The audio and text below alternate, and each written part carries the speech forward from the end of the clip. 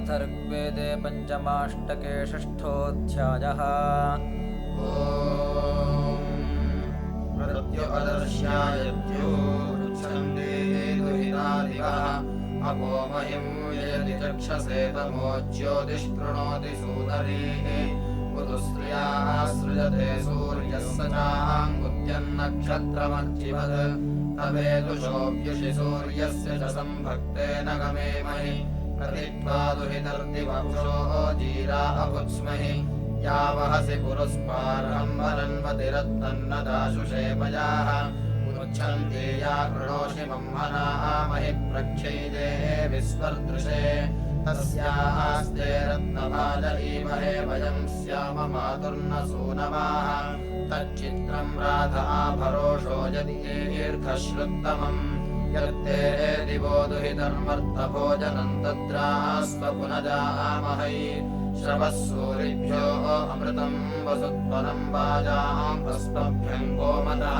चोदयित्रे भगो नः सूनृतावत्युषा उच्छदपसृधाः इन्द्राः वरुणा युवमध्वराय नो विषेचनाय महि शर्म यच्छतम् दीर्घप्रयज्युमतियो वनुष्यति वयञ्जयेम पृतनासु दूढ्याः सम्राडन्यस्वराडन्य उच्यते वाम् महान्तामिन्द्रा वरुणा महावसु विश्वे देवासः परमेभ्यो मलिसम्भामोजो वृषणा सम्बलम् दधुः अन्ववाङ्खान्यत्रन्तमोजसा सूर्यमैरयतम् दिवि प्रभुम् इन्द्राः वरुणामदे अस्य मायिनो पिन्वतमपि नः पिन्वतम् धियाः युवामित्युत्सुवृतनासु मह्नयो युवाङ्क्षेमस्य प्रसवे विदग्नवः ईशानावस्व उभयस्य कारव इन्द्राः वरुणा सुहवाः हवामहे इन्द्राः वरुणाय दिवानि चक्रतुर्विश्वाः जातानि भुवनस्य मज्मनाः क्षेमेण मित्रो वरुणम् दुवस्यति मरुद्भिरुग्रः शुभमन्य ईयते महे शुल्काय वरुणस्य नुद्विष ओजो मिमाते ध्रुवमस्य यत्स्वम् अजामि मन्यष्टतयन्तमातिरत्तप्रेभिरन्यः प्रवृणोति भूयसः न तमम् हो न दुरितानि मर्त्यमिन्द्राः वरुणा न तपः कुतश्चन यस्य देवा गच्छथो वीथो अध्वरन्न तम् मर्तस्य न शते परिकृतिः अर्वाङ्गरादैव्येनावसागतम् शृणुतम् हवय्यति वेजुजोषथः युवोर्हि सख्यमुत वायदाप्यम् मार्गीकमिन्द्रावरुणानि यच्छतम् अस्माकमिन्द्रावरुणा भरे भरे पुरो योधा भवतम् कृष्ट्योजसा यद्वाम् हवन्त उभये अधस्पृथिनरस्तोकस्य तनयस्य सातिषो अस्मे इन्द्रो वरुणो मित्रो अर्यमाद्युम् न यच्छन्तु बहि शर्म सप्रथाः अभद्रम् ज्योतिरदितेरतावृतो देवस्य श्लोकम् सवितुर्मनामहे युवान्नरा पश्यमाना स आप्यम् प्राचागव्यन्तः पृथुपर्षवो ययुः दासाः च वृत्रा हतमार्याणि च सुदासमिन्द्रा वरुणावसावतम् यत्रा नरः समयन्ते कृतध्वजो यस्मिन्नादा भवति किञ्चन प्रियम् यत्रा भयन्ते भुवना स्वर्दृशस्तत्रा न इन्द्रा वरुणाधिवोचतम् सम्भूम्यान्तात्वशिरा अदक्षतेन्द्राः वरुणादिविघोषमारुहत् अस्थुर्जनानामुपमामरातयोर्वागवसाहवनश्रुतागतम् इन्द्राः वरुणावधनाभिरप्रतिभेदम् वन्वन्ता प्रसुता समावतम् ब्रह्माण्येषाम् शृणुतम् हवेमनि सत्यादृत्सो नाम भवत्पुरोहिते इन्द्राः वरुणावभ्यातपन्ति माघान्यर्यो वनुषामरातयः युवम् यवस्व उभयस्य राजथो तस्मानोपतम् पार्ये दिवि युवाम् भवन्त उभयाः स आयुष्मिन्द्रम् च वस्वो वरुणम् च सातये यत्र राजभिर्दशभिर्निपातितम् प्रसुता समावतम् तृत्सुभिः सह दश राजाः नः समिता अयज्यवः सुता समिन्द्रा वरुणा न युयुथुः सत्यार्णामत्मसदामुपस्तुतिर्देवा एषामभवन् देवहूतिषु दाशराज्ये पर्यत्ताय विश्वतः सुता समिन्द्रा वरुणावशिक्षतम् श्वित्यञ्चो यत्र नमसा कपर्दिनो धिया जीवन्तो असपन्तदृत्सवः वृत्राण्यन्यः समिथेषु जिघ्नते प्रदान्यन्यो अभिरक्षते सदा हवामहे वां वृषणासु भक्तिभिरस्मे इन्द्रावरुणा शर्म यच्छतम् अस्मे इन्द्रो वरुणो मित्रो अर्यवाद्युम्नै यच्छन्तु महि शर्म सप्रथाः अभद्रम् ज्योतिरलितेरतावृतो देवस्य श्लोकम् सवितुर्मनामहे आवाहम् राजानावध्वरेव वृत्याम् हव्येभिरिन्द्रावरुणा नमोभिः प्रवाहम् कृताजे बाह्वोर्ददानापरिद्मना विशुरूपा जिगाति युवो राष्ट्रम् बृहदिन्वदिद्यौ सेतृभिरज्जुभिः सिनीथः परिणो हेडो वरुणस्य वृज्या वरुण इन्द्रः कृणवतु लोकम् कृतन्नो यज्ञम् विदथे शुचारुम् कृतम् ब्रह्माणि सूरिषु प्रशस्ता उपो रयिर्देवजूतो न एतु प्रणस्पार्हाभिरूतिभिः स्थिरेतम् अस्मे इन्द्रावरुणा विश्ववारम् रयिन्धत्तम् वसुमन्तम् पुरुक्षुम् प्रय आदित्यो अनृतामिनात्यमिताशूरोदयते वसूनि इयमिन्द्रम् वरुणमष्टमेघेः प्रावत्तोकेतनयेतु तु जाना सुरत्नासो देववीतिङ्गमेम यूयम् पात स्वस्तिभिः सदा नः पुनीशे वामरक्षसम् अलीशा सोममिन्द्राय वरुणाय जुह्वत् त्रिलप्रतीकामुषसन्न देवेन्तानो यावन्नुरुष्यतामभीकेः स्पर्धन्ते वा उदे बहूये अत्र येषु ध्वजेषु नित्यमः पतन्ते युवन्ताम् इन्द्रावरुणा पवित्रान् हतम्बराः च शर्वाभिषोचः आपश्चिद्ध्यस्व यशसः सदस्सु देवेरिन्द्रम् वरुणम् देवताधुः पृष्टेरन्यो धारयति प्रविक्ता वृत्राण्यन्यो अप्रतीनिहन्ति स सुक्रतुररुतजितस्तु होताय आदित्यशवसा वान्नवस्वान् आपवर्ततव सेवाम् हविष्मानसदित्ससुविताय प्रयस्वान् यमिन्द्रम् वरुणमष्टमेघेः प्रावत्तोकेतनयेतु तु जाना सुरत्नासो देववीतिङ्गमेम यूयम् पात स्वस्तिभिः सदा नः धीरार्पस्य महिना जनूं शिवियस्तस्तम् भरोदसेचि दुर्वे प्रणाकमृष्मन्नुदे बृहन्तम् विदा नक्षत्रम् पप्रथच्च भूमा उत स्वया तन्वा आसम्बदे तत्कदान्वा अन्तर्वरुणे भुवानि किं मे हव्यमहृणानो जुषेत कदा मृळीकम् सुमनाः अभिख्यम् पृच्छेतदेनो वरुणदिदृक्षोपो येमि चिकिदुषो विपृच्छम् समानमिन्मे कवयश्चिदाहुरयम् हतुभ्यम् वरुणो गृणीते हिमाग आस वरुणज्येष्ठम् यत्स्तोतारञ्जिकांससि सखायम् प्रतन्मे वोचो दूढभस्वधावो वत्तानेदानमसातुरहियाम् अलद्रुद्धानि पित्र्याः सुजानो भयाभयम् च कृमातनोभिः अपराजन्वशुतृपन्नताजुम् सृजावत्सन्नदाम् नो वसिष्ठम्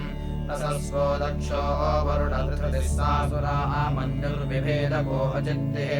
अस्ति ज्यायान्कनीयस उपारे स्वप्नश्चनेतनृतस्य प्रयोता परन्दासो न मीळृषे कराण्यहम् देवाय पूर्णयेनागाः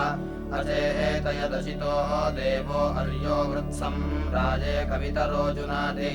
अयम् सुतुभ्यम् वरुणस्वधावो हृदि स्तोम उपश्रितश्चिदस्तु षण्णाक्षेमेशमुयोगेनो अस्तु यूयम् वात स्वस्तिभिः सदा नः प्रदत्पथो वरुणः सूर्याय प्रार्णांसि समुद्र्याः नदीनाम् सर्गो न सृष्टो अर्वतीर्णायम् चकारमहीरमनीरहभ्यः आत्मा देवातो न जहानमीनोद्वशुर्नभोर्निर्यवसे सभान् अन्तर्महे बृहती रोदसी मे विश्वाते धाम वरुणप्रियाणि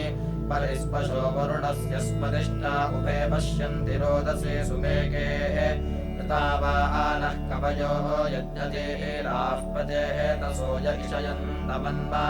उवाच मे वरुणो मेधिना यत्रिः सप्तनामाज्ञाः बिभर्ति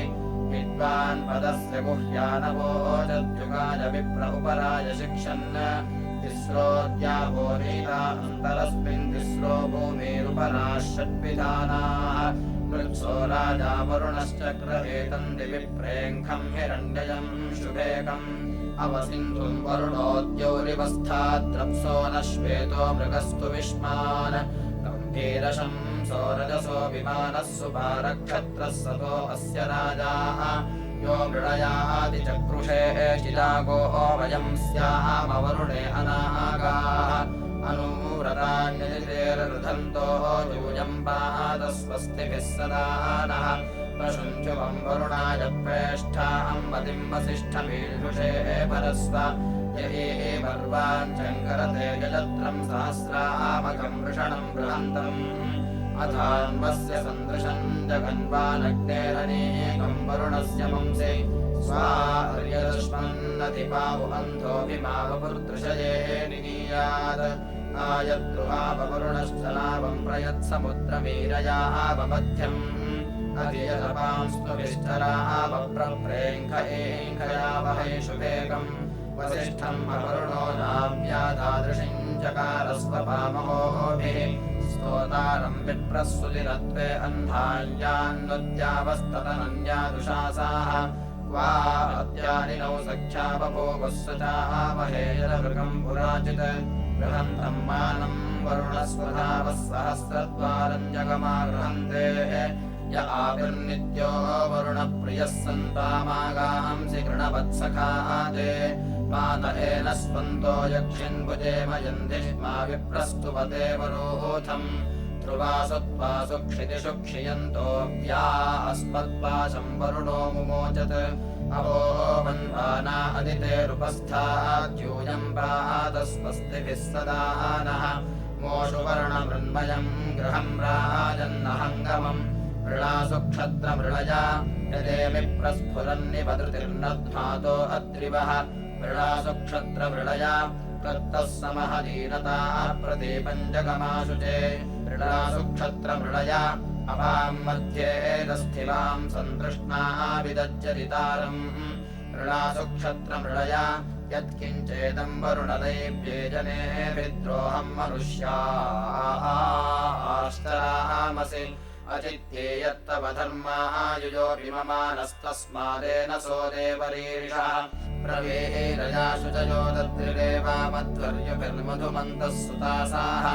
महवायो नियुतो याह्यच्छापिवासुतस्यान्न सोमदाय ईशानाय प्रहुदीयस्तः नः शुचिम् सोमम् शुचिपास्तुभ्यम् वायो प्रणोषितम् मर्त्येषु प्रशस्तम् जातो जायते वाच्यस्य रायेनुयम् जज्ञतो रोदसीमे राये देवीधिषणादातिदेवम् अथ वायुन्नियुतः सश्च तस्वा उत श्वेतम् वसुतिकिन्निरेके उच्छन्नुषधः सुदिनाः हरिप्राहुरुज्योतिर्विदुर्दीध्यानाः गव्यम् जिदूर्वमुषिजो विवौरुस्तेषामनुप्रतिभः सस्रुरापाः ते सत्येन मनसा दीध्यानाः स्वेन युक्ता सक्रतुना वहन्ति इन्द्रवायो वीरवाहम् रथाम् वामीशानयोरभिवृक्षः सजन्ते ईशानासो ये ददते स्वर्णो गोभिरश्वेभिर्वसुभिर्हिरण्यैः इन्द्रवायो सूरयो विश्ववायुरर्वद्भिर्वीरैः पृतनासु सख्युः अर्वन्तो न श्रवसो भिक्षमाणा इन्द्रवायो सुष्ठुतिभिर्वसिष्ठाः पादयन्तस्वपसे हुवेम यूयम् पातस्वस्तिभिः सदा नः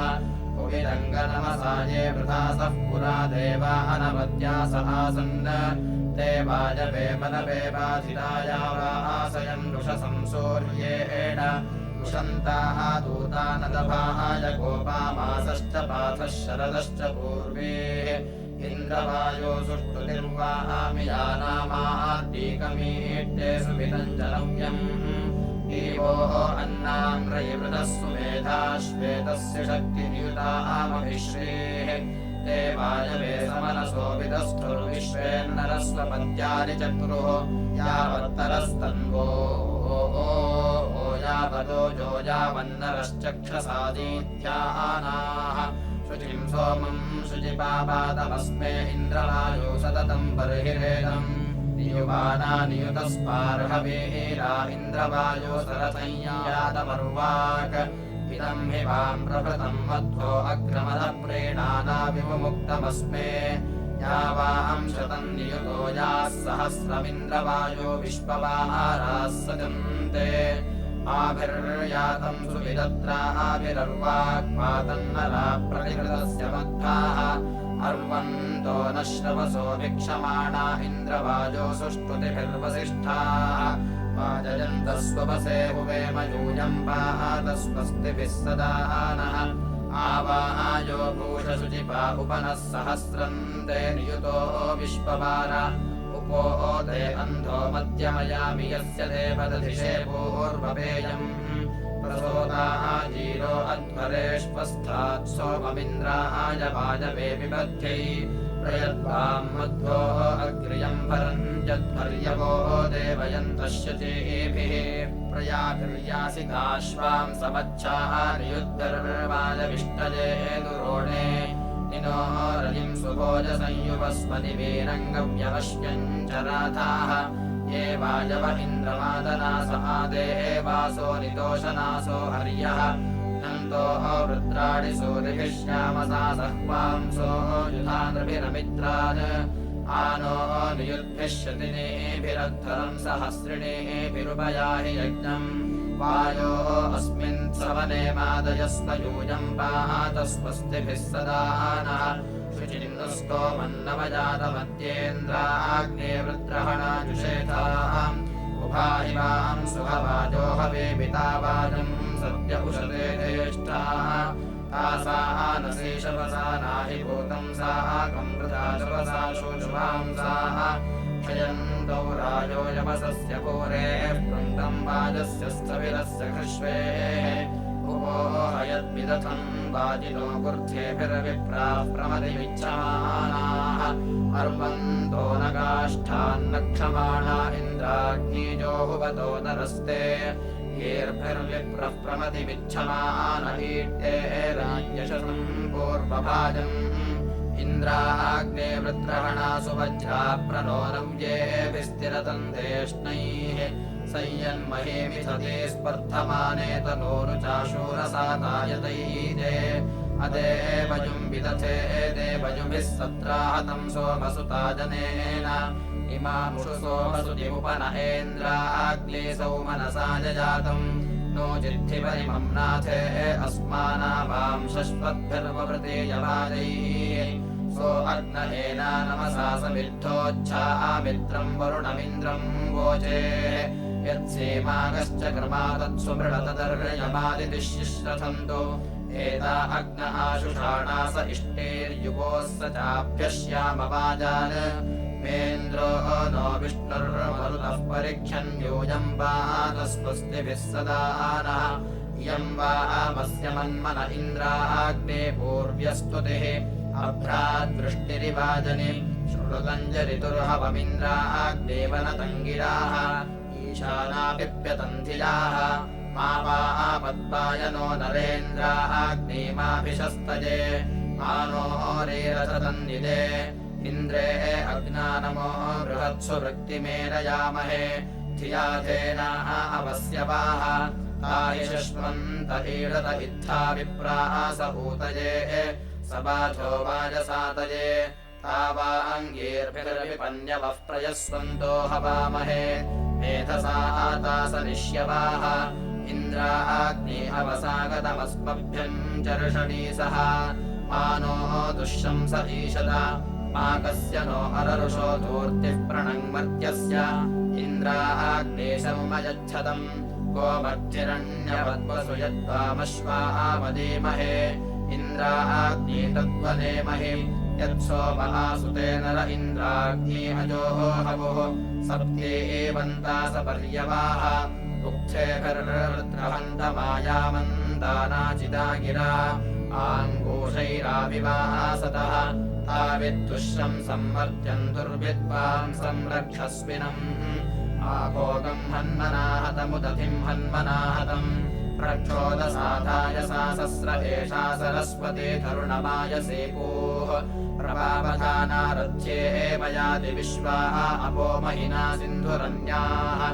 एका चेतत्सरस्वती नदीनां शुचिर्यते गिरिभ्यः समुद्रात् प्रायश्चेतन्ति भुवनस्य भूरेर्कृतं पयो दुदुहेनाहुषाय सवावृथेनर्यो जोषणासुरुषा शिशुर्वृषभो यज्ञियासु सवाजिनम् अघवद्भ्यो दधाति विसातये तन्वम् मामृजीत उदस्या नः सरस्वती जुषाणोपश्रवत्सुभगा यज्ञे अस्मिन् वितज्ञभिर्नमस्यैरिजानारायायुजाजिदुत्तरा सखिभ्यः इमा जुह्वानायुष्मदानमोभिः प्रतिस्तोमम् सरस्वति जुषस्व तव शर्मन् प्रियतमे तथा उपस्थेयाम शरणन्न वृक्षम् अयमुते सरस्वति वसिष्ठोद्वारावृतस्य सुभगेभ्यावः वर्धशुभ्रे स्तुवतेरासि वाजान्यूयम् पात स्वस्तिभिः सदा नः बृहदुगायिषे वचो सूर्या नदीनाम् सरस्वतीमिन्महयासु रक्तिभिः स्तोमैर्वसिष्ठरोदसी उभे यत्ते महिना शुभ्रे अन्नसे अधिक्षियन्ति पूरवाः सा नो बोध्यविद्रीमरुत्सखा चोदराधो मखोनाम् भद्राकृणवत्सरस्वत्यकवारी चेतति वाजिनीवती दृढानाजमदग्निवत्स्तुवाना च वसिष्ठवत् जनीयन्तोऽन्वग्रवः पुत्रीयन्तः सुदानवः सरस्वन्तम् हवामहे ये ते सरस्वपूर्मजो मधुमन्तो घृतश्च्युताः तेभिर्नो भव देवांसं सरस्वतस्तनय्यो विश्वदर्शतः भक्षेमहि प्रजापिशम् यज्ञे दिवो नृषदने पृथिव्या नरो यत्र देवयवो मदन्ति इन्द्राय यत्र सवनानि सुन्वेगमन्मदाय प्रथमं वयश्च आदैव्याः वृणीमहे वांसि बृहस्पतिर्नो महासखायः यथा भवेम मीढुषे अनागायो नो दाता परावतः पितेव तमुज्येष्ठन्नमसा हविर्भिः सुषेवम् ब्रह्मणस्पतिम् गृणीषे इन्द्रम् श्लोको महिदैव्यस्य शक्तुयो ब्रह्मणो देवकृतस्य राजाः स आनो योनिम् सदरुप्रेष्ठो बृहस्पतिर्विश्ववारो यो अस्ति कामो रायः सुवीर्यस्य नन्दात्पर्षन्नो अतिसश्चतो अरिष्टान् तमानो अर्कममृताय जुष्टमिमेधासुरमृतासः पुराजाः शुचिक्रन्दं यजतम् अस्यानाम् बृहस्पतिमनर्वाणम् भुवेम तं षड्मासो अरुषासो अश्वा बृहस्पतिम् सहवाहो वहन्ति सहश्चिद्यस्य नीलवत्सरस्थन्नभो न रूपमरुषम् वसानाः स हिषिशतपत्रस्य शुन्धिर्हिरण्यवाशीर्षिरस्वर्षाः बृहस्पतिः सस्वावेश विश्वः पुरो सखिभ्यः सुतिम् गरिष्ठः देवी देवस्य रोदसी जनित्रे बृहस्पतिम् वावृधतुर्महित्वा रक्षाय्याय रक्षता सखायः करद्ब्रह्मणे सुतरा सुगाधा इयम् वाहम् ब्रह्मणस्पते सुवृत्तिर्ब्रह्मेन्द्राय वज्रिणे अकारे अविष्टम् धियोजिकृतम् पुरन्धेर्जरस्तमर्यो वनुषामरादेः बृहस्पते युवमिन्द्रश्च वस्वो दिव्यस्येषाथे उत पार्थिवस्य धत्तम् रजिम् स्तुवते कीरये चिद्यूयम् पात स्वस्तिभिः सदा नः अध्वर्यवोरुणम् दुग्धमम् शुञ्जुहोदन वृषभायक्षितीनाम् गौराद्वेदीयाम् अवपानमिन्द्रो विश्वाहेत्यादिसुतसोममिच्छन् यद्ददिशे प्रतिविचार्वन्नम् दिवे दिवे पीतिमिदस्य वक्षे उत हृदोतमनसा जुषाणमुषन्निन्द्रप्रस्थितान् पाहि सोमान् यज्ञानः सोमम् सहसे पपाथ प्रतेः माता महिमानमुवाच एन्द्रमप्राथोर्वा अन्तरिक्षम् युधा देवेभ्यो परिवश्चकर्थ यद्योथया महतो मन्यमानान् साक्षामतान् बाहुभिः शासदानान् यद्वा नृभिर्वृत इन्द्राभियुध्यास्तन्त्वजाजिंसौः श्रवसञ्जयेम प्रेन्द्रस्य वोचम् प्रथमा कृतानि प्रनूतना मखवाया चकार यदेतदे वीरसहिष्णमाया अथा भवत्केवलः सोमो अस्य तवेदम् विश्वमभितः पशव्या यत्पश्यसि चक्षसा सूर्यस्य गवामसि गोपतिरेक इन्द्रभक्षे महिते प्रयतस्य वस्वाः बृहस्पते युवमिन्द्रश्च वस्वो दिव्यस्येषाथे उत पार्थिवस्य धत्तम् रयिम् स्तुवते कीरये चिद्यूयम् वात स्वस्तिभिः सदा नः परो मात्रया तन्वाः वृथा ननते महित्वमन्वष्टुवन्ति उभेते विद्मरजसे पृथिव्या विष्णोः देवत्वम् परमस्य वित्से न ते विष्णो जायमानो न जातो देवमहिम्नः परमन्तमाप उदस्तभ्यानामृष्वम् बृहन्तम् दासर्थप्राचीङ्गकुभम् पृथिव्याः इरावतेनुमतेः भूतम् सोऽयवसिने मनुषे दशस्य व्यस्तभ्रारोदसे विष्णवेते दासर्थपृथिवीमभितो मयूखैः पुरुञ्यज्ञाय चक्रसुरलोकम् जनयन्ता सूर्यमुषासमग्निम् दासस्य चिद्वृषशिप्रस्य माया जघ्नथुर्नरावृतनाद्येषु इन्द्राः विष्णो दृम्भिताः शम्बरस्य नवपुरो नवतिञ्जष्णशिष्टम् शतम् वर्चिनः सहस्रम् च साकम् अथो अप्रत्यसुरस्य वीरान् इयम् मनीषा बृहते बृहन्तो रुक्रमा तपसाः वर्धयन्ते प्रदेवाम् सोमम् विदथेषु विष्णो बिन्वतमिषो वृजनेष्विन्द्र वषर्ते विष्णवासः कृणोमि तन्मे जुषस्वशिपि विष्णहव्यम् वर्धन्तु त्वा सुष्ठुतयो गिरो मे यूयम् वात स्वस्तिभिः सदा नः नो मर्तोदयते स निष्यन्यो विष्णव उरुगायाय दाशत् प्रयः सत्रा च मनसा जजात एतावन्तन्नर्यमाविवासात् त्वम् विष्णो सुमतिम् विश्वजन्यामप्रयुतामेव यावो मतिन्दाः पर्चो यथा नः सुवितस्य भूरेरश्वावतः पुरुश्चन्द्रस्य रायः त्रिर्देवः पृथिवीमेष एताम् विचक्रमेष तच्च सम्महित्वा प्रविष्णुरस्तु तव सस्तवीयान् त्वेषम् ह्यस्य स्थविरस्य नाम विचक्रमे पृथिवीमेष एताम् क्षेत्राय विष्णुर्मनुषे दशस्यन् ध्रुवासो अस्य कीरयोजनाः स उरुक्षितिम् सुजनिमाचकार प्रदत्ते अद्य शिविविष्टनामार्यः शंसामि वयुनानि विद्वान् तन्ताः गृणामि तव समतव्यान् क्षयन्तमस्य रजसः पराके